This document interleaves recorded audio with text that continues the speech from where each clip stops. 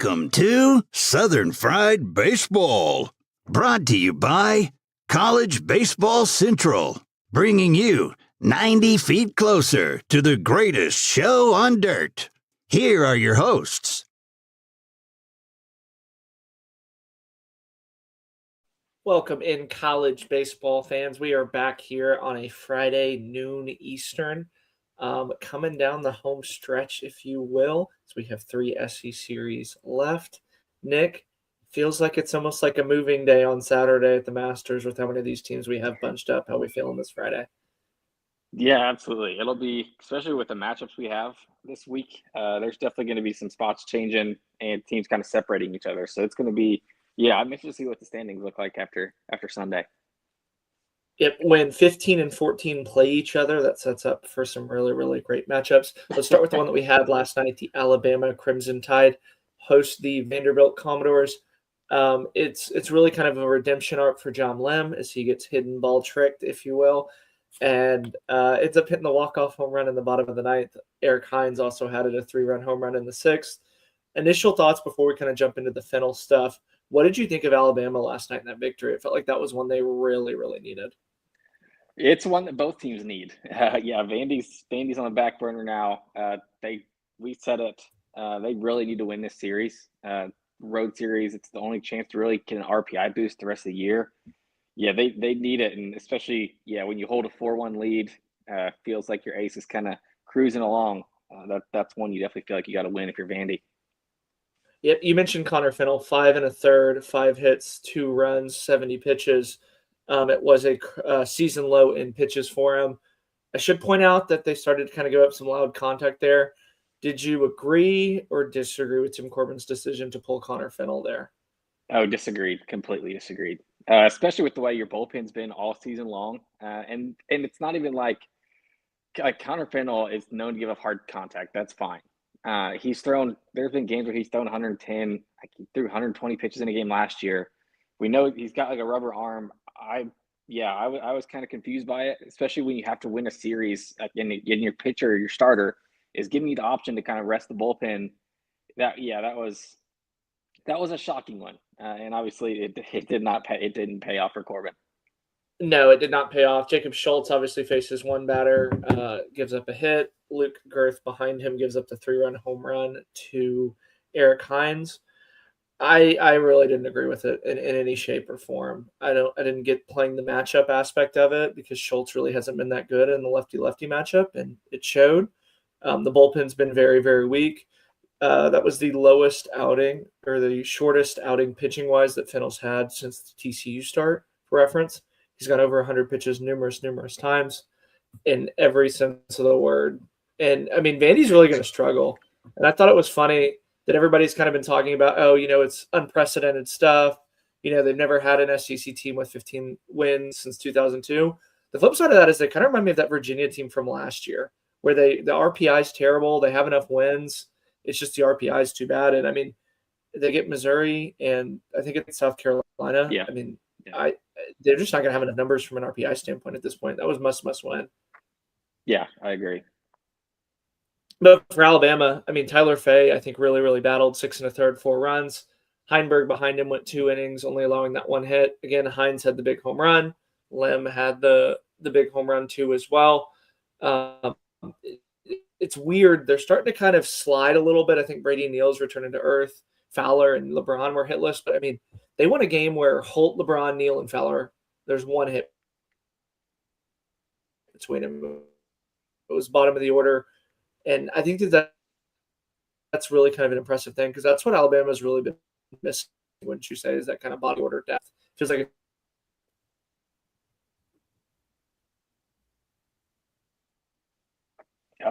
There you go. Yeah, absolutely. It's the bottom of the order has been a struggle for them all year. Now, I don't think this one game is kind of going to break it out. I think you can't live by this the rest of the season. I don't think it's a real good look ahead. But I think if some of those guys, if you can get 3 to 4 hits a game out of the bottom of your lineup alone, and then you kind of hope that the top keeps doing what it has been doing all season long, that's kind of where you have to be at this point. because we talked about Tyler Fay wasn't at his best. It's like 3 weeks in a row now where he's kind of been struggling on Fridays. But yeah, I would still say Alabama probably wins this series. I think they got a huge pitching matchup today or advantage today. So yeah, I'm on the Tide here. Yeah, that one's going at 12:30 Central Time. So here in a little bit, it is TBA versus Zane Adams. But crazy things have happened. They did shut out Texas on their TBA. Let's move on to another one where these two teams are virtually identical. They have the same record in the SEC. They play very similar styles. The Ole Miss Rebels travel on up to Baum-Walker to take on the Arkansas Crimson Tide. No changes pitching staff. That's Hunter Elliott versus Hunter Dietz. Cade Townsend versus Cole Gibbler. And then Taylor Rabe versus TBA for Arkansas. For Arkansas, they've kind of been on the struggle bus the last few weeks with that Sunday TBA. How do you think that they kind of match up? Because Taylor Rabe's, I think, one of the more underrated arms in the SEC. Wouldn't you agree? Yeah, I have no clue what they're going to do Sunday. I really am not sure. And I don't think they do either. And I think the point is this feels like one of those, I guess, kind of how Georgia's doing it, where it's like we're going to put all of our chips in on game 1 and game 2. And then whatever we have left, whoever we can go to in game 3, then we'll just play it by ear. Because that's kind of what it feels like. Yeah, Taylor Rabe has been good, not great. But that's kind of what you want and expect out of a Sunday guy in the SEC, just keeping him in ball games. That's what he's done, and let the offense go to work. Yeah, this is a very interesting series. I know this seems very even on paper. You talked about it, same record, same like everything in the SEC. So yeah, I don't know. This was a very tough one, especially at Arkansas, where it feels like they need one at Baum-Walker. But yeah, I think I went Ole Miss here, and that was kind of surprising that was like after kind of digging into it. I thought I was going to take Arkansas, but I kind of flipped it around and I think Ole Miss gets 2 out of 3. I think one of the games, I think the Arkansas offense probably gets shut down in one of these first 2 games. Yeah, I'm going to be honest. I cannot pick Arkansas to save my life in any sense of the word. It seems like when I think they're going to do good, they do bad. And then when I think they're going to be bad, they do really good. I am on the Hogs. You and Chris are on the Rebs. Chris gives them a sweep. I thought it was kind of interesting. Reese Robinette was on the injury report yesterday as out. So not even probable or anything, just completely out. I did not even see that. Carson Wiggins are on it. Ole Miss, there's really no surprises. I think for me, Arkansas is going to have to bang in one of these games. They're going to have to chase Townsend or Elliott, which again, I feel like Elliott's kind of the king of getting to 7 innings. Like he hasn't really pitched great, and then you look up and it's like, okay, we're down 3-2 in the 7th. Yeah, we can go and win this game. I think for me too, I mean, we saw it with Alabama where they were so hot and they were actually more hot than good. I think that this is a week for me. Is Ole Miss actually good, or were they just hot for another month? Obviously, they go into it was the Georgia series. They played really well, dropped it. It's kind of similar to what happened to Alabama too as well. So just kind of tracking that. I think it's the Hogs. I think that I have a sneaky suspicion that they kind of get into one of those 17-18 range and get a really favorable draw into a regional. And for that to happen, I think the Hogs got to take this series 2 of 3. I don't think it's a sweep, but it does kind of worry me that Chris is on the Arkansas Razorbacks to get swept. He's kind of our expert. Yeah, there's some reasoning, little voodoo magic behind that pick, I think. If you were to pick the game that you think Ole Miss takes, is it that Rabe start on Sunday? Is it the Gibbler Townsend start Saturday? Well, actually, you think they're going to take 2 of 3. So, gosh, you're talking into 2 of 3 now. See, I think they win game 2, and especially because you look at Arkansas's issues this year on the offensive side, they strike out a ton. And now you're going against 2 of the better strikeout pitchers in the SEC, and Hunter Elliott and Cade Townsend. I just think that makes for a bad matchup. And then, so say even they squeak one of those out, I'm still trusting Taylor Rabe over whoever they decide to be TBA on Sunday. I don't know, shootout-wise, also if it gets into a shootout, I think I'm trusting the Ole Miss offense more in a shootout than I am the Arkansas offense. So, yeah, I could see this. I think it's 2-3 or 2-1, sorry, but the one I guess I'll guarantee, not guarantee, but the one I'll probably be on is tomorrow's game. In that game too, I really like that Townsend versus Cole Gibbler matchup for Ole Miss. I'm not sure you can bet on props, but I would take the over Tristan Bissetta hits after being hitless. You cannot. That one's about the lock of that's about the lock of the locks if you can bet on that. We'll get through some of these kind of rain-filled series that are going to be on the radar. We'll start with Texas A&M at Auburn. Did want to read something out as they're going to try everything to get this one in. It is Andres Alvarez, Jake Marciano, and Alec Petrovic versus Shane Tadeo, Aiden Sims, and TBA. I should say, should tomorrow be a doubleheader, that might be one of the craziest sports days in College Station history because they'll have a doubleheader between two top 10 teams. Softball is playing the Oklahoma Sooners. Tennis is hosting a regional, and the Savannah Bananas are taking over Kyle Field. So I do not know. That is one of the ones that I planned on going to. I do not know where I'm going to park. Like, I'm probably going to have to park in Houston with how many people are going to be in population. Like, it's going to be an absolute madhouse. I've seen reports from some news people that I follow that they are going to try and sneak this one in between 8 and 9 o'clock, as I don't think Auburn nor Texas A&M really wants this to be a doubleheader tomorrow. Houston's canceled it. Lamar's moved to a doubleheader, so some of the schools around them have, but I don't really know where they're going to get this one in as I'm in Houston and it's pouring right now. Yeah, that's what I've heard a lot about. And like, it sounds like it's been raining all day in Austin too. So that one's also in danger, Mississippi State, Texas. So yeah, it'll be interesting to see, especially we know how crazy these kind of double headers can be, and no coaches want that. Obviously, best case scenario is they get them played tonight and in. But yeah, I mean, you're obviously there, you're close, so you kind of know about the weather more than I do. My version of check the weather is winds, and which is the wind blowing out or blowing in, and that's kind of that's what I deal with the most. But yeah, just from a X's and O's perspective, this is one of those where it's like, I think if this was at Auburn, I'd probably pick Auburn, but the fact that it's at A&M, I picked A&M. I just really, both these teams are hot. This feels a lot like the Ole Miss Georgia type of matchup where it's like, okay, one of these teams, and talking about Auburn coming in scorching hot, but it's not like A&M's not either. So this will be a very kind of sit and watch series for me. This is going to be on the TV, no doubt. And yeah, this is probably the best, or my favorite, the one I'm looking forward to the most series of the weekend. Yep, it's the two hottest teams in the SEC. They're the only ones that have won 4 straight SEC series. Auburn's really done it kind of quietly, and they've done it with the pitching staff. I think that's going to be the real story, is if they can kind of limit some of the damage that the A&M offense is able to do. Obviously, if it's raining, I'm curious to see how the ball plays because humidity makes it fly. But, the ballpark plays, I think, relatively small, and I think it doesn't get as much credit as like a hitter's ballpark as some of these other stadiums. But the ball really does fly out of there. Like, there's some pretty cheap home runs that I've seen the last few years. Who do you think it favors in that kind of doubleheader? Do you think it favors the A&M bats? Does it favor the Auburn arms? I should say this: Auburn really hasn't had the best, most consistent bullpen. Like, sometimes they shut it down, and then there's other times where, like that Texas series 6 weeks ago, where they let people kind of hang around. Who do you think that this kind of plays into? I think if there's a doubleheader, I think it favors Auburn. And I'll just go from the standpoint of, we've kind of talked about this numerous times, so don't need to really harp on it. But the fact that A&M trusts like maybe 2-3 guys out of their bullpen right now. If you get a doubleheader, it's not like Fresh Corn could come like pitch tonight and then pitch tomorrow and pitch game 3 too, even if he only throws like say 20 pitches in each of them. It's hard to do that in the same day. So if he has to go like game 1 of a doubleheader and he throws those 20-25 pitches, you don't want to have to get him. You probably won't at all, not want to, but you probably won't have him come in game 2 of a doubleheader. So that's where. So I think that kind of hurts, where it's like the A&M pitching depth isn't kind of as deep as Auburn's pitching depth is, and can handle 18 innings in a day. Yeah, it is tough. I should say this: Michael Early is really, really fantastic at getting them ready and keeping them focused. He's undefeated actually in doubleheaders, which is kind of an interesting one. Because I remember, week 3 when Vandy came in, they lose that Friday Fennel start, and we were starting to kind of hit the panic button on Texas A&M. They banged through a doubleheader, and they really haven't looked back since. That was kind of what catapulted them.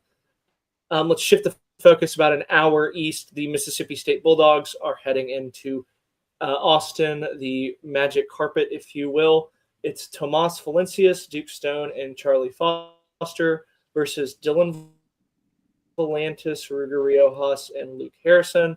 I think for me, the big one is obviously Ryan McPherson still out in the injury report. And I think Texas' reluctance to move Ruger Riojas out of that Saturday role. Let's start with the Texas Longhorns. Do you feel like this is Ruger's last stand in terms of staying in that Saturday role this week? No. If he has another bad outing, that they move him in? Or do you think that plays into, always win on Sunday? I think you love left, with Luke right, Harrison. left. I think you love left having Volantis, Rojas, Harrison going at left, right, left there. I think he's staying there. That's just me personally. I'm not a huge fan of moving guys in rotations. As you know, we've talked about this a lot. Like I think you kind of stick with your guys. No, I think he stays there. But I also don't think he has a real. Personally, this is just looking ahead. I don't think he has a real bad outing, especially. I think he's a very good matchup for this Mississippi State team. I think that game's going to be. I think that could be a very low scoring one. Even with Duke Stone going, I think that's a good matchup. So yeah, I think that game will tell us a lot, and I think game 2 determines who wins the series. I picked Texas here. This is another one. I know I say it a lot. If this game is at Mississippi State, I probably pick Mississippi State. But the fact that it's in Austin, I picked Texas here, and another one that where we could possibly be seeing a doubleheader tomorrow.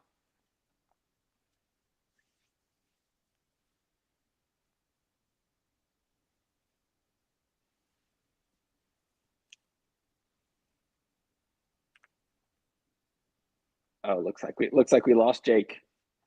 Yep. We are experiencing some thunder and rainstorms, so my internet I have my speed test going, so it's been going back and forth. I think for me the big one is Mississippi State actually back, because 2-3 weeks ago they lost 6 straight. We're talking about all this stuff, and then they play South Carolina and LSU back to back, and suddenly they're top 10 in the nation. I know I'm a Mississippi State guy. I think for me, this will go a long, long way in terms of longevity towards the season. If you can go on the road to, I would argue, the toughest place to play in the SEC, because it kills bats. A lot of these offenses aren't built to play at the magic carpet. We saw that with Auburn and Georgia last year, where you go in there and get your season killed. But, Mississippi State has the arms to kind of compete with Texas in a way. I think that they have a little bit more offensive firepower than Texas. But it's just so hard to pick against Texas to lose a series. I know I said it, but ever since the beginning of the year, Harrison on Sunday with Volantis moving up to Friday, it's just the ultimate cheat code. I think for me, it's the bats. Everybody's kind of starting to react a little bit and say oh, the bats are back. It was LSU. Let's pump the brakes a little bit. It wasn't that impressive of a series, but if you can go in and take 2 of 3 at Texas, they're almost a complete inverse of A&M. I feel like they really want to play a doubleheader Saturday, like Texas does. They're giving every Schloss is I just don't want the ticket people to have to show up in the rain. That's what he was saying. I think that this is every indication that it's going to be a Saturday doubleheader Sunday, which I think kind of plays into Texas's hands with the amount of arms that they roll out. I think for me, it's kind of getting a little bit more consistency at the back end of the bullpen. And the really, really back end of the bullpen, the 7 or 8 arm. Yeah. The Cade Bings, the Floreses, those kind of guys. How do you kind of see this one playing out? Do you think Valencius beats Volantis? This is probably the first time in Volantis' career where he doesn't have the pitching advantage. Wouldn't you agree? Yeah, I know Texas is favored today. So we'll say that. And I think it is because of the arms, but it's also being at home, like you mentioned.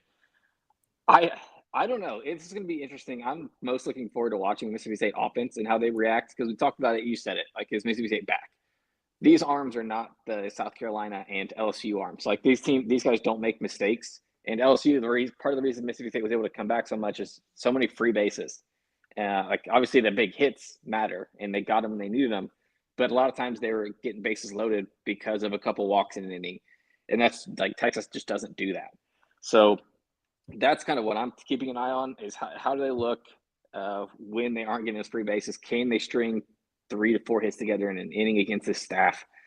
Because a lot of teams haven't been able to this year. So, yeah, I think these will be interesting. I think Mississippi State gets one. As I said, it's hard to sweep a team, and they're a good enough team where I don't think they get swept even on the road. But, yeah, I don't know which one you get, because, yeah, you talk about Volantis.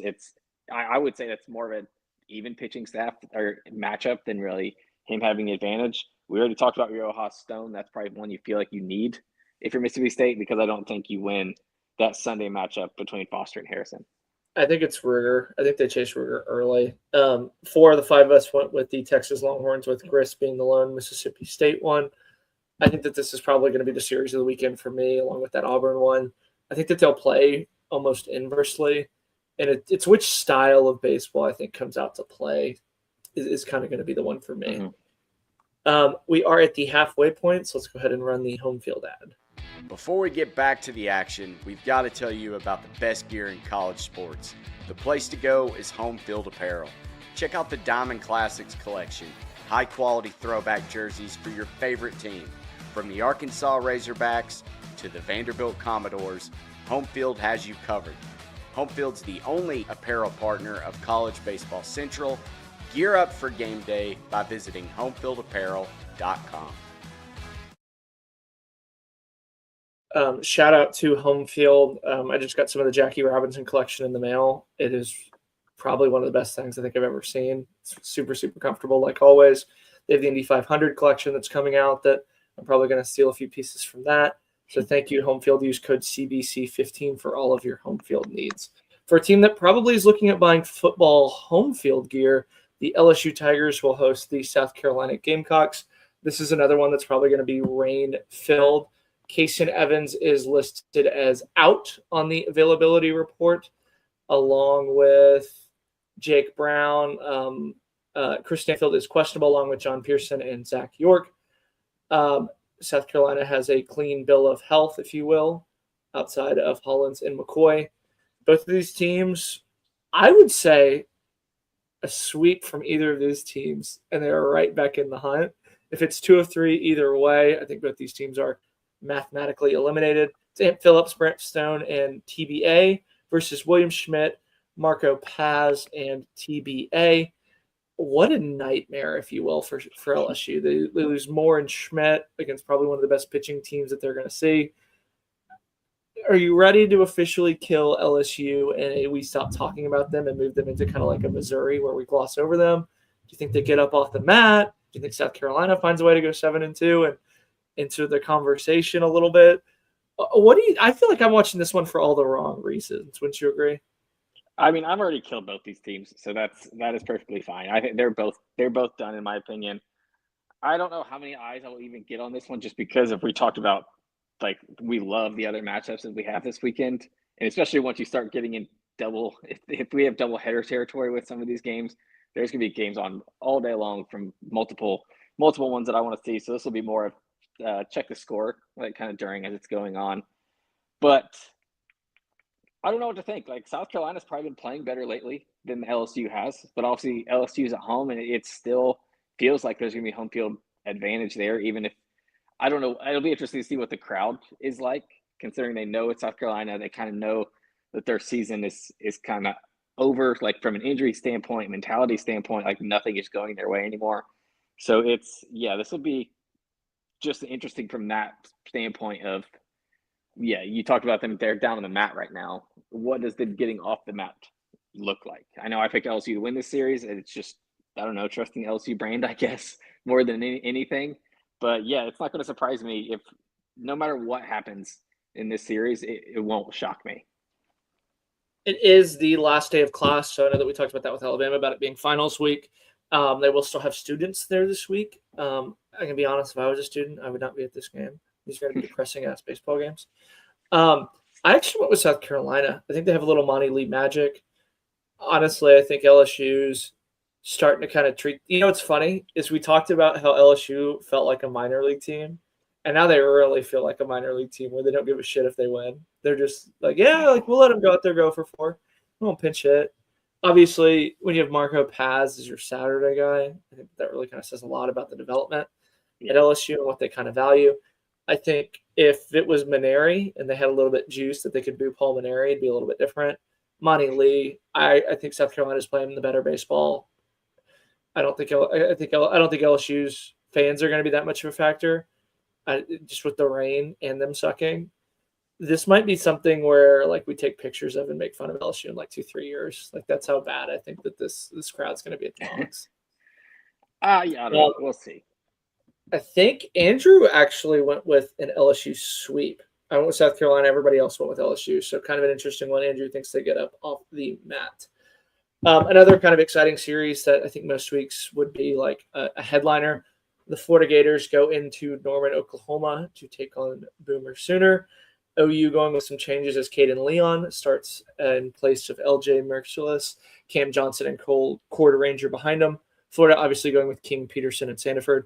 What do you make of Oklahoma using their best bullpen arm and Caden Leon as almost like an opener with LJ coming behind him? Do you kind of agree with that? Do you think they're just kind of tweaking stuff just to see something that they can do on Friday? What do you make of that? I don't know. That was a surprising one to me. So I don't know. I mean, I guess you're kind of at that point. Like, why not try something? Especially this kind of time of the year. I guess now would be you don't want to get to the NCAA tournament and then need to try some things or like need to figure some things out. So yeah, I actually I don't know if I really like it, but it's good to test it out. Like let's see if it works, because you're also, I mean, because like the chances you're beating Aiden King anyways is pretty slim right now, like with the way he's throwing.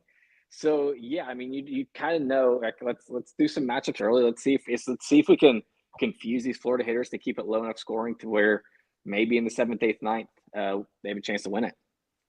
Yeah, I think it's kind of pitching backwards. If you really do think about it, they are going to need a fourth starter if they want to blow through a regional. Mm-hmm. And they really haven't had much luck in their midweek stuff. Leon's obviously been good enough. I think if Leon can get you 9 outs, you can go LJ behind him to get you 15 or so. Like that's, I think, a recipe for success. Obviously, I think Liam Peterson bounces back this week. I actually went with Oklahoma. I don't know about you. I think it was the only one that went. No, me and Micah went with Oklahoma. It is Florida's off week, even though they lost on their on week. So we'll have to see if this is their new on week or if this isn't their off week and they just skipped it.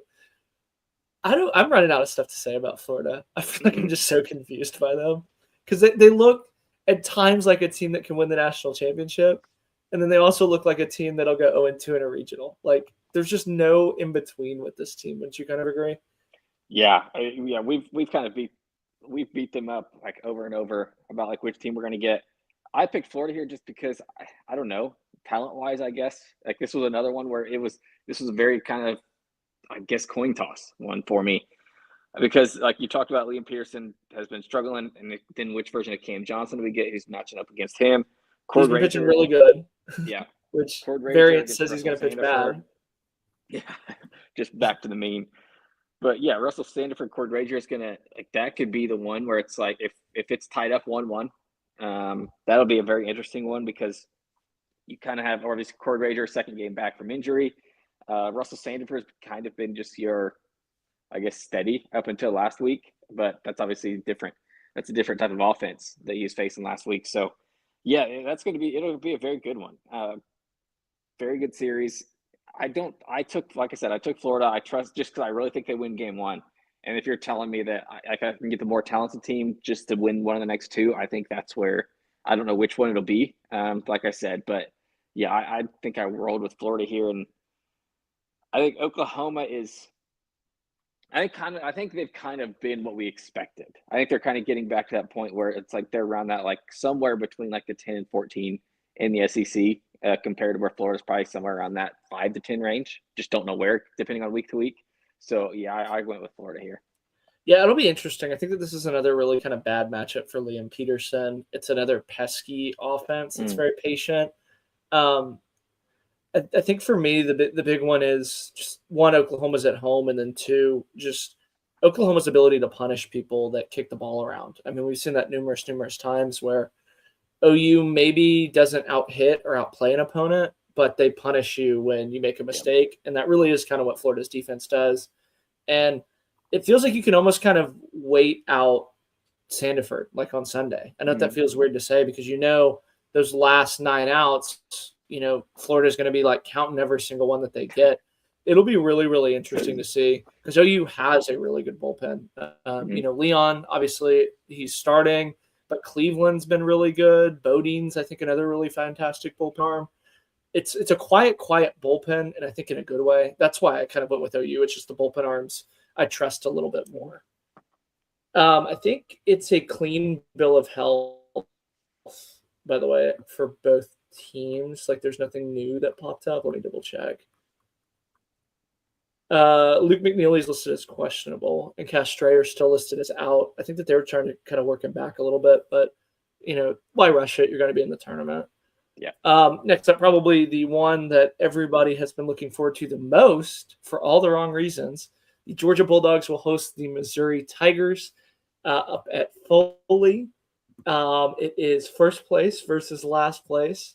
It's McDevitt versus Volchko, Kellenbrink versus Vigu, and then everybody's favorite, TBA versus TBA. What chance would you give Missouri to pull off the upset? Because it's not 0 because they're better than last year. Yeah. This is a week before when they beat A&M. So there's a little bit of history, if you will, about them getting better as May comes around. Are you giving the Missouri Tigers any chance this weekend? Yeah, I mean, it's baseball can happen. Obviously, the chance is like 5 to 10%, just because it's not only giving them a chance, but it's also not first versus last in the SEC. It's also a stylistic matchup nightmare for Missouri. Like, you don't want to have to, like, Missouri's not built to kind of bang with these teams where it's like we shoot. If the other team creates a shootout, Missouri just doesn't have the firepower, and that's how we've seen some of their upsets, whether like the game at Tennessee, the game against Arkansas, like where they're able to keep them low scoring and kind of get some timely hitting. And that I just don't know if they can keep up with with Georgia's firepower. So it's very slim. But obviously when you get TBA on Sunday, who knows?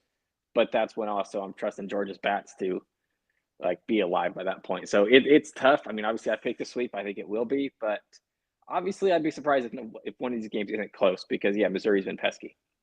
Yeah, I think for me, from I'm going to take off my analyst hat and put on my fan hat. I am rooting so hard for Brady Kellenbrink to get his first SEC win this week. I think it'd be awesome to do it at Foley against Georgia because there's been numerous times where he's pitched well enough to win, and just the guys behind him have either let him down or the offense has also been shut down. So I think that would be the ultimate story is if Brady Kellenbrink goes and shuts down the Georgia Bulldogs. Do I think it happens? Probably not. I'd be shocked if any of these games are really that close, I'm going to be honest with you. I don't think they get run ruled just because I think Kellenbrink and McDevitt are good enough to shut down Georgia's offense for a little bit. Obviously, I think the bullpen is going to be a little bit different story. I think Georgia kind of adds on late. Everybody picked Georgia with the sweep. Is there anything you want to add? No, there's not much to add. I'm interested to see like what they do on Sunday. We'll just say that with the game 3, it's probably just going to come down to, like we said it all year, it depends on how much they've had to use Aoki and Matt Scott in the first 2 games. Will probably determine on who gets that Sunday start. Yep. Our last series is probably the one that's going to mean the most for tournaments. The Tennessee Volunteers go on up to KPP to take on the Kentucky Wildcats. Tennessee is going with a little bit of a different rotation as they go Coons, Blanco on Saturday, and Mack on Sunday. Coons is back in that Friday role, Blanco in that Saturday, Mack on Sunday. Kentucky going Cleaver, Jelkin, Matheson. Jelkin's obviously been pretty bad the last 2 weeks in that Friday role. They kick him out of that. Kentucky hasn't won a series since the first week up at when they swept Alabama. Tennessee's trending towards a tournament appearance under Josh Elander. Both these teams really desperately need these 2 wins. Kentucky obviously more so because I think if they get swept, they're completely out of it. Is this kind of Tennessee just being steady under Elander and Kentucky kind of panicking? Do you think Kentucky kind of gets up the mat for their Super Bowl, if you will? Because I've heard that from a lot of Vols fans. How do you kind of see this series playing out? Yeah, I mean, obviously I picked Tennessee to win 2 out of 3. I think I just don't know what to trust about this Kentucky team right now. It's like even when teams are struggling, even when teams are struggling, you can usually point to something where it's like, okay, if this happens or if these guys have been good, it's just they've lost because of this.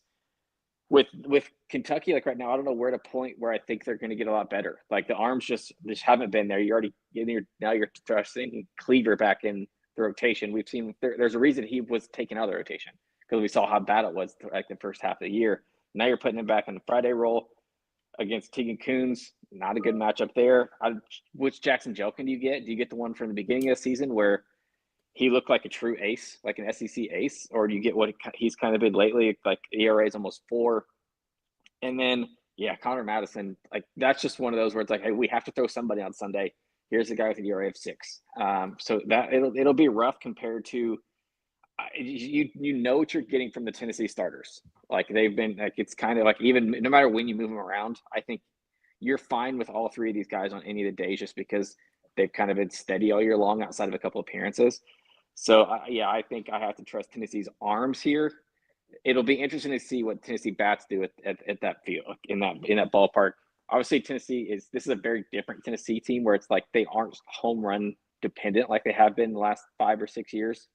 So it'll be interesting to see can they scratch across some runs. But yeah, Kentucky's done a good job of giving up free passes, making errors on defense outside Tyler Bell. So yeah, I like the matchup here for Tennessee, even with it being Kentucky's Super Bowl.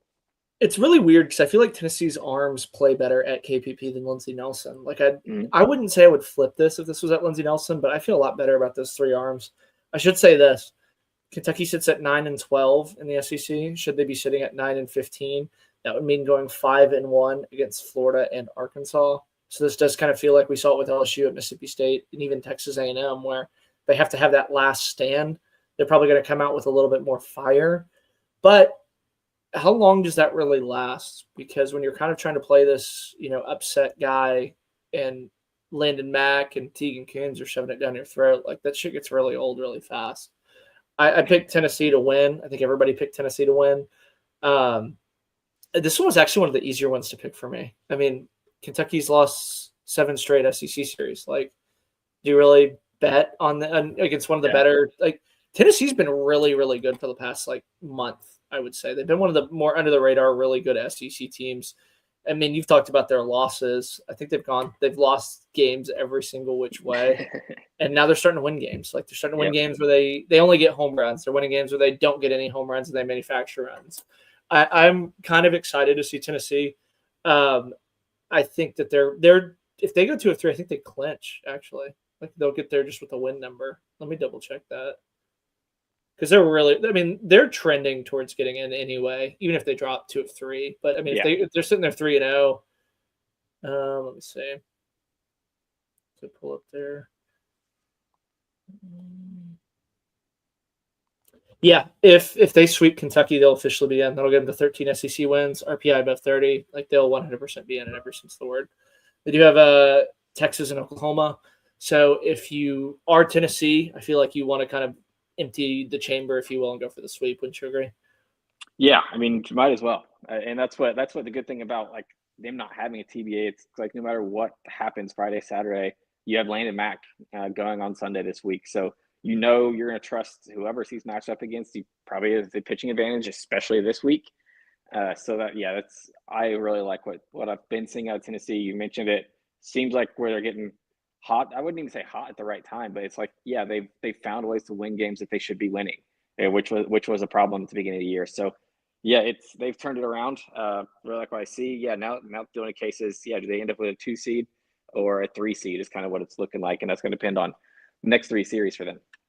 I'm really hoping they're 2 seed, just so we don't have to see those like god awful gray uniforms that they wear, that everybody hates. They look a lot better with this year's gray is a lot better than they have been in the past. I will say that. That is all that we have time for. We're going to be back here normal time Monday to talk through everything that happens in the SEC. Nick will be on the College Baseball Insiders Twitter. I'll be on the College Baseball Central Twitter. So come hang. There's going to be a lot of double headers. There's going to be a lot of baseball. So be sure to follow us.